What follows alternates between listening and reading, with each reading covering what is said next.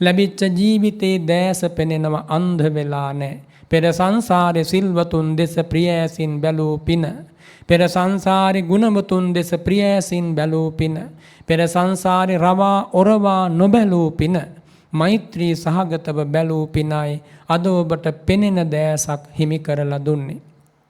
දැන් මේ හැම දෙනාගේම සවන් බිහිරි වෙලා නැහැ. හැමෝටම මේ මිහිරි බුදුගුණ බුදුබණ බොහෝම සමීපයෙන් ඇසෙනවා. පින් නැති සවන් ලැබිලා සංසාර ගමනේ හිත රිද්දන වචන කිව්වේ නැහැ. අනුන්ගේ හිත් පාරන වචන කිව්වේ නැහැ.